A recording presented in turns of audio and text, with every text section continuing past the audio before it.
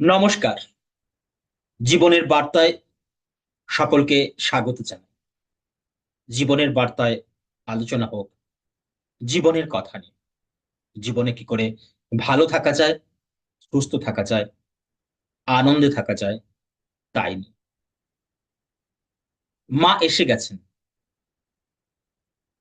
শরতের শান্ত স্নিগ্ধ পরিবেশ, মনোরম পরিবেশ, কাশফুলের অপরূপ সৌন্দর্য আর শিউলির মনোরম গন্ধে মা দুর্গা এসেছেন।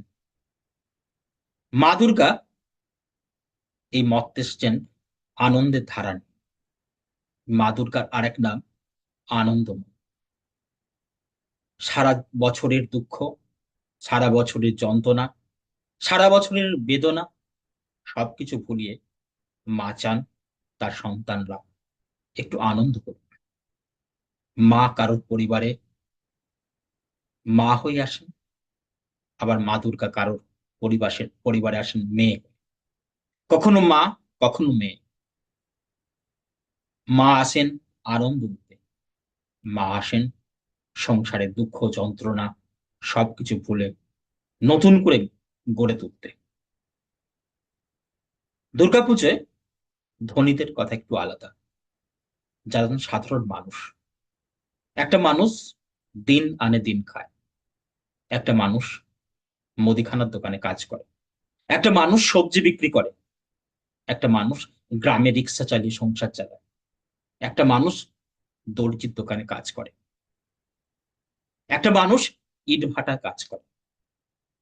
তারাও চায় এই সময় একটু অতিরিক্ত কাজ করে পরিবারের মুখে আনন্দ আনন্দ দিতে। বাবা বাবা ঢাক বাজায়, ঢাক বাজাতে বাবা যাবে শহর। ছোট্ট 5 বছরের ছেলেটা বাবাকে বলছে, বাবা তাড়াতাড়ি যেন চলে এসো, দশমীর পরেই চলে এসো। দশমীর পরে যখন আসবে আমার জন্য মিষ্টি আর একটা নতুন জামা নিয়ে আসবে। হ্যাঁ, এই দুর্গাপূজায় সবাই চায় আনন্দ পেতে, জীবনের সমস্ত দুঃখ ভুলে আনন্দ করতে। সেটা ধনী হোক আর গরিব, সবাই চায়। এই পুজোতে সবাই দোকান দেয়। কেউ বিক্রি করে ফুচকা, কেউ ভাজে চপ, কেউ ভাজে পাঁপড়। সবাই চায় এই দুর্গাপূজায় এই সমস্ত জিনিস বিক্রি করে সংসারের একটু শান্তি আসুক, সংসারে একটু সুখ আসুক। কারণ এই সমস্ত পসরা থেকে যে বিক্রি হবে তাতে সংসার একটু সুরাহ, সংসারের সবাই আনন্দ পাবে। আসুন, এই দুর্গাপূজা আমরা একটু নিজেদেরকে রিফ্রেশ করে নিই, নিজেদেরকে নতুন করে গুছিয়ে নিই, নিজেদেরকে একটু নতুন করে গড়ার স্বপ্ন করে তুলি। দুর্গাপূজায় অনেকে নিজের চুলের স্টাইল নিয়ে ভাবেন, কেউ স্কিন টোনার, কেউ আবার মুখে ফেস ওয়াশ, আবার কেউ নতুন নতুন পোশাক, আবার নতুন খাওয়া দাওয়া। সবাই আমরা এই আনন্দ নিতে থাকি। দুর্গাপূজা আসুন না,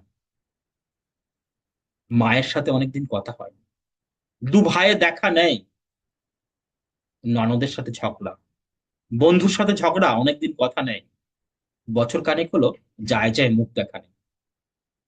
আসুন না, এই দুর্গাপূজায় একে অপরকে আমরা মিষ্টি দিই। আসুন না, ঝগড়া ভুলে আমরা পারলে পোশাক দিই, পারলে আলতা সিঁদুর বিতরণ করি।